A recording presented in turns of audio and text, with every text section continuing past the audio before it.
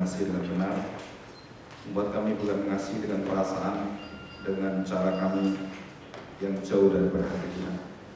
Karena firman itulah yang membimbing kasih kami, yang memberikan terang di dalam seluruh perjalanan hidup kami, sehingga kami bisa melihat akan keadilan Tuhan, melihat akan hati Tuhan, dan di manakah Tuhan melangkah, di sana kami ada.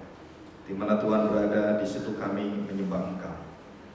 Dan kami bersyukur Tuhan jika Engkau tempatkan kami dari seluruh permukaan bumi ini. Kami berada di Gloria dan berada hari ini menyembah Engkau sebagai Tuhan yang menciptakan segala sesuatu yang tak terhingga itu.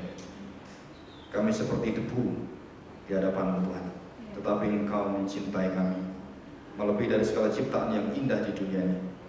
Dan bahkan Engkau mengangkat kami dari seluruh keberdosaan kami, memberikan hak yang indah bersekutu dengan Engkau kekal sampai selama-lamanya. Kami belum menerima ini Tuhan, tetapi dari anak yang tunggal Tuhan kami Yesus Kristus, kami mendapatkan jaminan yang kekal itu, dan janji-janji Tuhan yang menimpa itu terus mengawal hidup kami dan membuat kami terkagum dan bersyukur serta menyembah Engkau. Terima kasih Tuhan.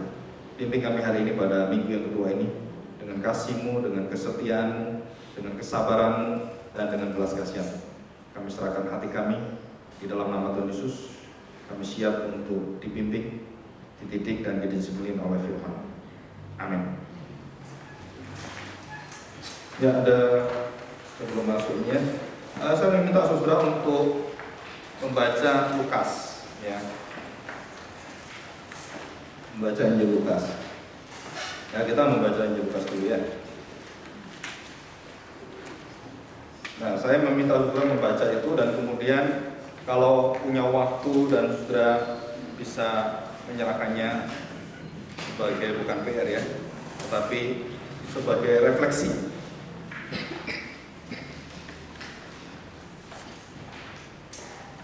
Sebagai refleksi tentang firman Tuhan yang sudah kita bahas, dan khususnya kepentingan apa yang begitu urgent sehingga kita berada di tempat ini dan diajar, dan juga saya yang diberikan hak oleh Tuhan untuk sebenarnya membimbing saudara, jadi bukan mengajari gitu ya, membimbing saudara untuk mengalami seperti yang saya alami. Jadi bukan menggurui, tetapi saudara, saya bersama-sama saudara untuk menikmati hadirat Tuhan yang nggak masuk akal sebenarnya, tetapi kita mendapatkan keistimewaan dari Tuhan dan kita bersama-sama mempelajarinya, dan rahasia itu dibukakan oleh Tuhan dengan luar biasa. Ya, selama ini gereja-gereja mungkin belum mengerti banyak hal, dan mungkin beberapa orang yang sudah pernah mendengar tentang Yesus sebagai juru selamat, dan mungkin dari kecil kita mendengar, tetapi kita tidak pernah begitu mengerti secara detail makna itu. Dan kita bersama-sama, saya harapkan kita semua setelah mendengarkan ini, saudara mengajar anak kita, mengajar seluruh yang ada di sekeliling kita itu mulai mengarah kepada Kristus gitu.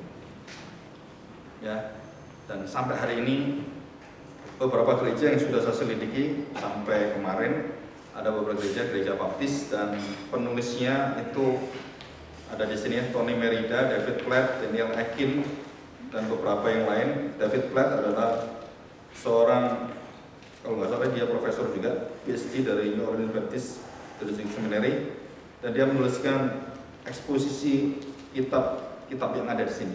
Jadi eksposisi Efesus, Exalting Jesus in Ephesians, itu ditulis oleh Tony Merida, dan ini semua guru besar ya yang menuliskan ini, dan mereka adalah pendeta gembala sidang seperti saya, dan mereka juga punya pengetahuan di akademis itu tertinggi, PhD tertinggi.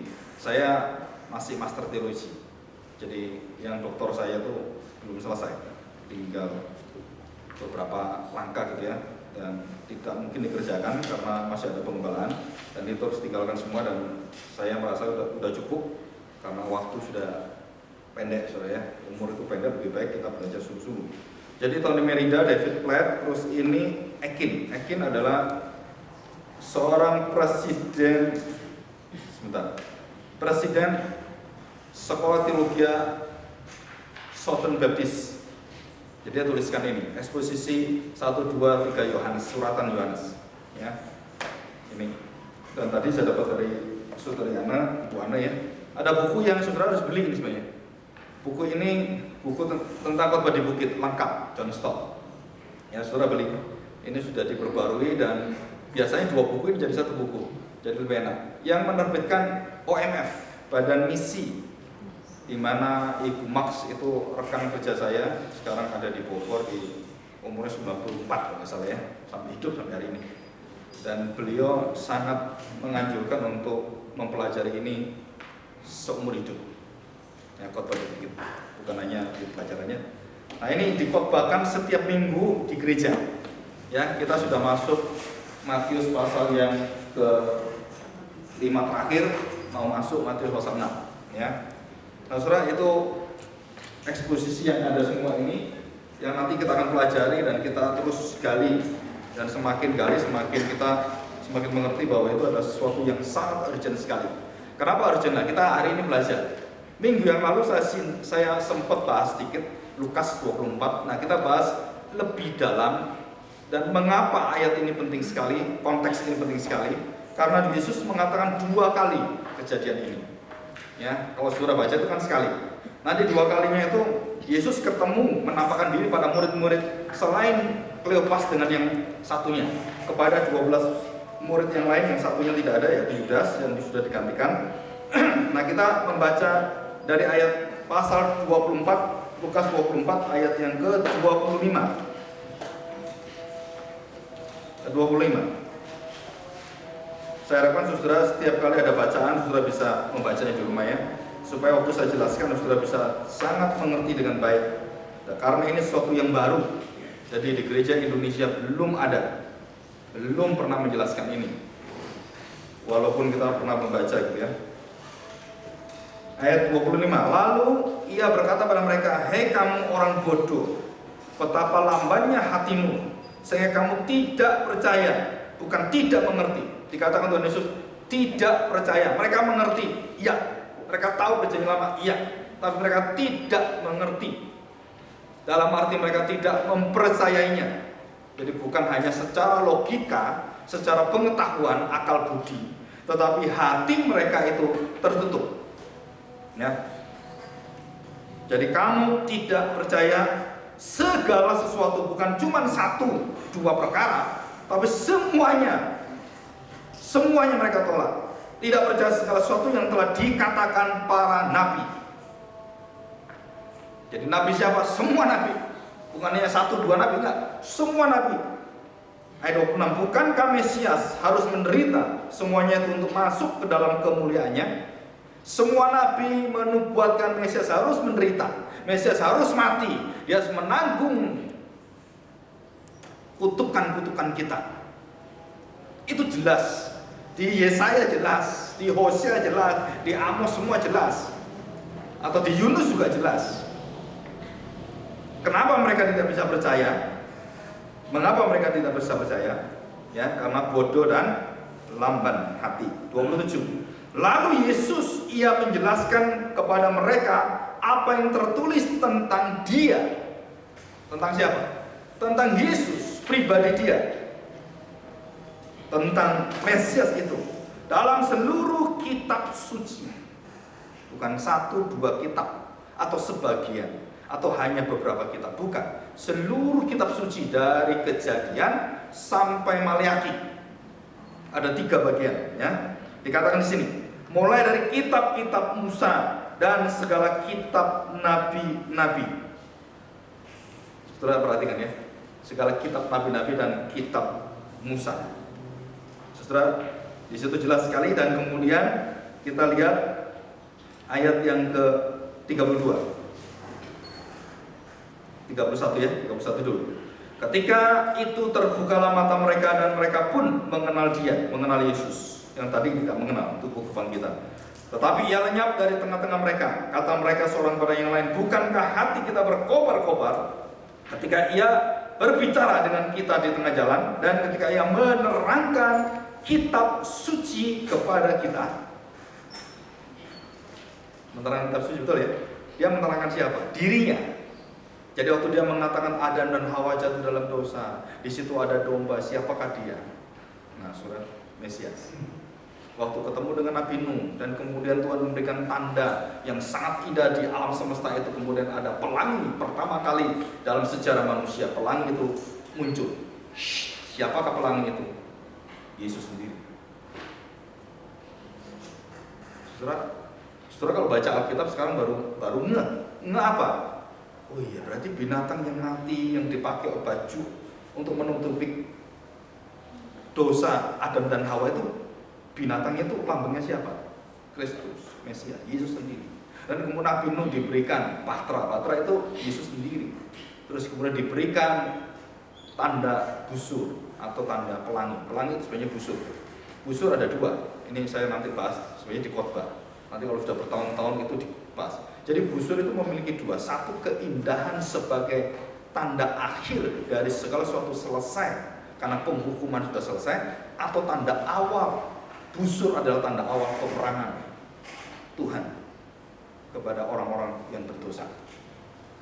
Jadi pelangi itu ada dua tanda. Tanda akhir daripada semua orang yang sudah diselamatkan dan tidak mungkin berperang dengan Tuhan karena kamu sudah diampuni, itu tanda pelangi. Dan tanda busur, yang arti pelangi adalah busur, itu adalah tanda peperangan Tuhan mulai dengan apa? Segala dosa dan segala kekuatan iblis yang ada itu berperang dengan Tuhan dan dengan orang-orang yang sudah diberikan pelangi itu, kita semua. Terus mulai dari situ Abraham ketemu dengan malaikat Tuhan adalah Yesus sendiri. Terus kemudian Ishak waktu disembelih, Yesus tahan tangan Abraham. Yesus sendiri tahan tangan. Saudara, ini ajaib sekali. Malaikat Tuhan itu tahan dan dikatakan bahwa kamu tidak mungkin membunuh karena itu akan diganti dengan anak domba itu. Dan anak domba itu siapa? Ya lambang daripada Yesus sendiri. Ishak tidak jadi mati. Jadi Ishak itu lambang daripada Kristus dan lambang daripada pengorbanan yang dia tidak jadi mati kalau Kristus mati. Terus ketemu dengan Yakub ketemu dengan Tuhan. Beberapa kali ketemu dengan malaikat Tuhan. Nah, saudara ketemu waktu lihat di langit, waktu di Betel, dia melihat ada tangga yang naik turun. Dan di situ malaikat bernyanyi dan naik turun dari langit surga ke bumi. Panjangnya seperti apa saya nggak tahu. Betul ya, panjangnya seberapa? Keluar dari bumi ini berapa puluh ribu kilometer. Kok bisa dalam sekejap jadi surga dengan bumi langsung hubungan. Dan itu tangganya. Nah, tangga itu adalah Yesus sendiri. Saudara, offspring yang diberikan oleh bahwa akulah yang merupakan bibit keturunan, yang merupakan keturunan itu bukan keturunan secara besar, artinya banyak orang atau bangsa, bukan. Itu pribadi. Saya baru membaca dari bukunya Profesor Atkin, presiden dari Southern Baptist Seminary. Dia mengatakan bahwa setelah meneliti baik-baik, istilah keturunan itu bukan keturunan jamak, tapi dia menuju pada satu pribadi, tidak ada bentuk pluralnya. Wah, saya kaget juga gitu ya. Terus saya cek dengan bukunya Abraham Pak, betul. Abraham mengatakan bahwa keturunan itu bukan menuju pada bangsa Israel, bukan, menuju pada satu pribadi yang setiap pribadi dilahirkan itu menggenapi dan kemudian digenapi terakhir oleh Kristus yang datang. Dan seluruh pribadi dalam Alkitab dengan nama-nama yang ada termasuk Daud, 14 keturunan semua secara detail ribuan tahun dari zaman ke zaman, dari jutaan kejadian itu membentuk satu keindahan di hadapan Tuhan seperti rajutan, dan akhirnya menuju pada gambarnya adalah Kristus. Hebat sekali. Dan ini penjelasannya. Jadi semua kitab suci menjelaskan siapa? Kristus. Nah, Martin Luther paling nggak suka dua kitab dan dia menolak Yakobus. Kenapa? Karena Yakobus dianggap sesuatu yang tidak sesuai dengan keselamatan dari pembenaran oleh iman. Karena Yakobus mengatakan keselamatan iman itu tidak ada gunanya kalau tidak dilakukan. Nah, saudara, di situ Martin Luther akhirnya jatuh. Dan dia sulit menerima kitab itu dan dia tetap menerima dengan iman. Walaupun dengan pikiran dia dan doktrinnya dia nggak bisa terima. Tapi dia mengatakan karena ini firman Tuhan, maka saya harus mau. Dan saya akan mencari Kristus di Yakobus. Nah itu, dia belum sampai ke sana, tetapi dia mau menuju ke sana. Ya, dan kemudian diteruskan oleh Calvin. Nah, saudara, kalau kita ingat setiap orang tadi kita baca Hakim-Hakim, Gideon. Saudara perhatikan, Gideon ketemu Yesus sendiri. Malaikat Tuhan, Tuhan yang besar itu malaikat Yahweh. Itu adalah Yesus. Dan Gideon ketemu Yesus sendiri, bagaimana dia diperlengkapi, bagaimana dia dibentuk, dan bagaimana dia meminta tanda yang ajaib. Semua itu bahasa tengah tidak, tengah bahasa semua tidak. Itu yang genapi siapa? Yesus sendiri. Jadi setiap detail Alkitab itu kita terkejut sekali. Saya lagi tulis satu, baru selesai hari ini, baru sore tadi selesai. Satu tulisan mengatakan bahwa berjuta-juta peristiwa dan seluruh pemerintahan manusia dan kejadian apapun, tulis semuanya itu membentuk satu menuju pada telos, Christocentrism, menuju pada gambar Kristus. Ajaib sekali. Yang baru selesai tadi saya tulisnya. Jadi tiap hari saya itu memikirkan dia dan intinya memikirkan hal ini. Ya. Oke, kita baca sekali lagi. Ayat 32, bukankah hati kita berkobar-kobar ketika ia berbicara dengan kita di tengah jalan dan ketika ia menerangkan kitab suci kepada kita? Mereka bangun ya, saya tidak teruskan. Ayat 44, perhatikan. Yesus bertemu lagi dengan semua murid yang ada. Yesus tiba-tiba berada di tengah-tengah mereka dan dia mengatakan damai sejahtera kepada kamu. Ayat 36. Ya, 37, mereka terkejut dan takut menyangka bahwa mereka melihat hantu. Akan tetapi ia berkata pada mereka, mengapa kamu terkejut? Dan apa sebabnya timbul keraguan-raguan di dalam hati kamu? Lihatlah tanganku, lihatlah kakiku. Aku sendirilah ini, rabalah aku dan lihatlah. Karena hantu, apa saudara? Siapa yang ngomongin? Betul Yesus? Saya tanya, saudara takut dengan hantu? Takut. Takut kenapa? Karena takut hantu jadi manusia loh. Hantu tidak berdaging dan bertulang. Ya, dikatakan Tuhan sendiri. Jadi hantu tidak ada daging dan tulangnya. Kalau ada daging dan tulangnya siapa? Manusia. Saya kemarin di Malang ketemu 3 orang anak-anak jenius.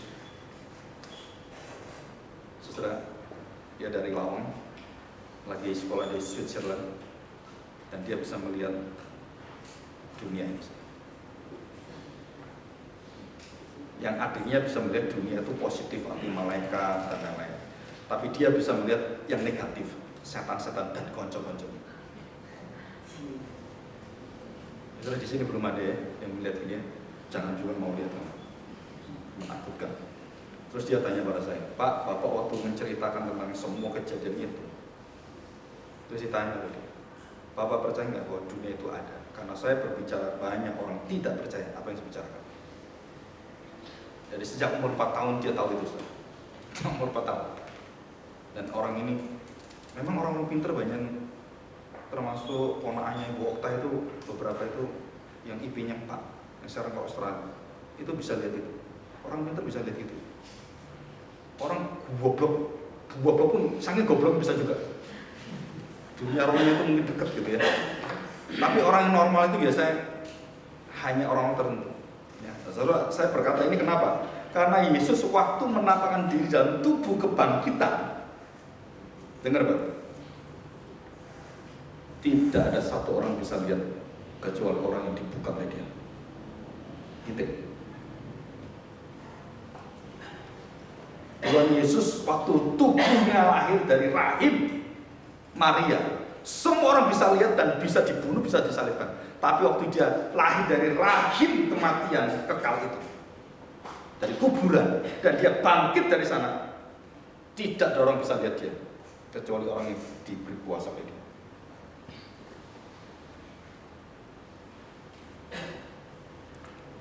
Jadi orang semua nggak akan bisa lihat. Orang lihat, loh, kok ada ngomong orang dunia nggak lihat dia. Tapi mulut atau ngomong, dia tahu betul. Tapi mata dunia nggak bisa. Nah, surat ini yang kita harus pelajari. Ini yang membuat saya percaya orang belajar teologi belum tentu tahu ini. Saya seringkali berbicara dengan banyak pendeta-pendeta. Dan saya beritahu, engkau belum tentu punya iman seperti ini. Mungkin kita di sini juga sama. Saudara, tidak semua orang bisa lihat ini. Apalagi iman yang sekarang ini, saudara bisa percaya itu di sana.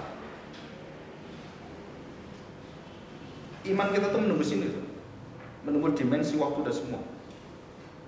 Saudara pernah ketemu Tuhan Yesus? Enggak. Kenapa percaya? Saya tanya, kenapa percaya? Berbahagialah mereka tidak lihat tapi percaya. Murid-murid lihat Tuhan Yesus dan mereka percaya. Tuhan Yesus katakan apa? Berbahagia tidak lihat tapi percaya. Jadi murid-murid berbahagia enggak? Harusnya enggak dong. Betul ya? Kenapa Tuhan Yesus berkata demikian? Karena dia tahu bahwa akan ada jutaan orang yang tidak pernah lihat dia, diberi kuasa iman dalam dimensi yang tanda petik di luar dari kemampuan kita berpikir semuanya. Kita bisa beriman pada Tuhan. Itu bukan cara manusia. Ya, bukan cara manusia. Ayat 44. Ya, saya katakan demikian ya. Coba kita lihat. Perhatikan saudara. Ayat yang ke tadi ya, tidak ada daging dan tulangnya seperti yang kamu lihat ada padaku. Sambil berkata demikian, ia memperlihatkan tangan dan kakinya pada mereka, dan ketika mereka belum percaya karena girangnya dan masih heran, berkatalah ia kepada mereka, adakah padamu makanan di sini? Lalu mereka memberikannya kepadanya sepotong ikan goreng. Ia mengambilnya dan memakannya di depan mata mereka. Ya kan? Mereka memakan. Ia berkata kepada mereka, inilah perkataanku yang telah kukatakan kepadamu ketika aku masih bersama-sama dengan kamu. Apa yang dikatakan? Yakni bahwa harus apa? Digenapi. Dan harus digenapi semua yang ada tertulis tentang siapa? Tentang siapa? Aku. Dalam kitab Taurat Musa dan kitab Nabi-Nabi dan kitab Mazmur. Mazmur mewakili pengkhotbah, kidung agung, ratapan, dan kemudian Amsal, Mazmur. Kitab Nabi-Nabi mewakili Nabi besar, Nabi kecil, atau Nabi mayor, Nabi minor. Terus kitab Musa mewakili seluruh 5 Pentateuch. Setelah ini diulang oleh Tuhan Yesus lagi dengan pembagian yang lebih ketat. Kalau tadi kan cuma 2 kitab yang tadi dikatakan di sini. Saudara coba kita lihat ya. Yang dikatakan kitab Musa dan segala kitab Nabi-Nabi. Kan 2 pembagian kan? Dan waktu para murid-murid itu dia lebih jelas mengatakan termasuk Mazmur.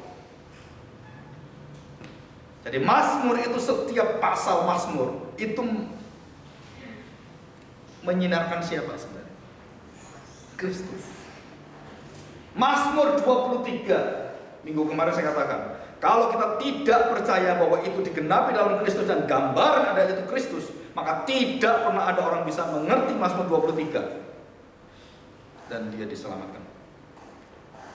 Semua orang Israel percaya Mazmur 23, mengerti Mazmur 23, tetapi mereka tidak percaya bahwa itu adalah Kristus. Mereka binasa, mati. Mereka binasa. Kita juga sama, kalau kita hanya mengenal itu adalah Mazmur 23, bukan digenapi oleh Kristus, maka kita juga tidak pernah bisa melihat keselamatan itu. Kenapa? Karena Yesus sendiri mengatakan ini rahasianya. Jadi dikatakan bahwa semua menceritakan siapa? Menceritakan dalam semua kitab Taurat itu, iya, aku menceritakan aku. Ayat yang ke-45. Lalu ia membuka pikiran mereka, mencelikan pikiran mereka sehingga mereka mengerti kitab suci.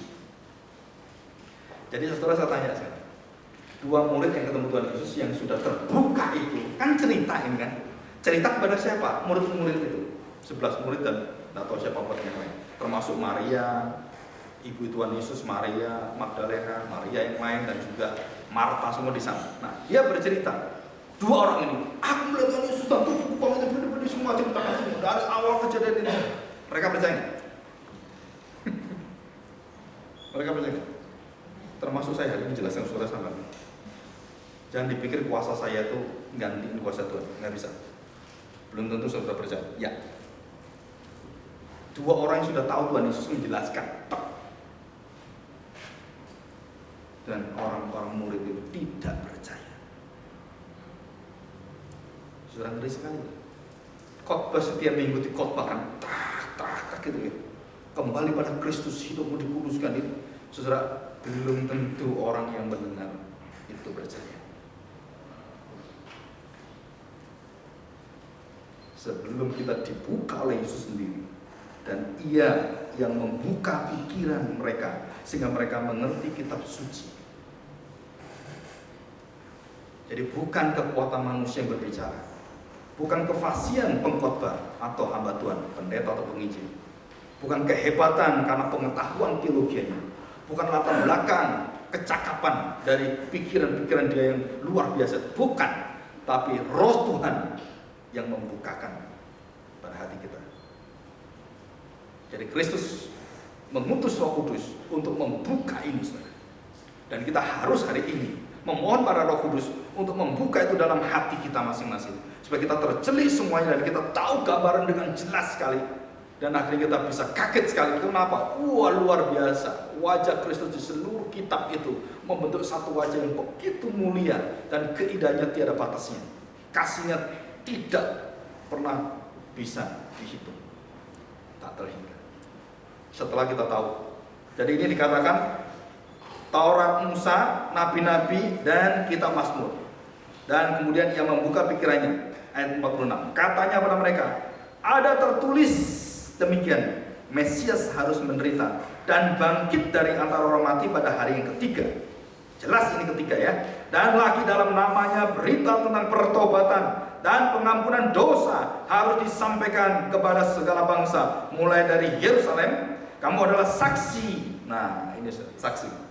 Kamu adalah saksi dari semuanya ini, dan aku akan mengirim padamu apa yang dijanjikan Bapakku. Tetapi kamu harus tinggal di dalam kota ini sampai kamu diperlengkapi dengan kekuasaan dari tempat yang maha tinggi. Apa itu kuasanya? Roh Kudus.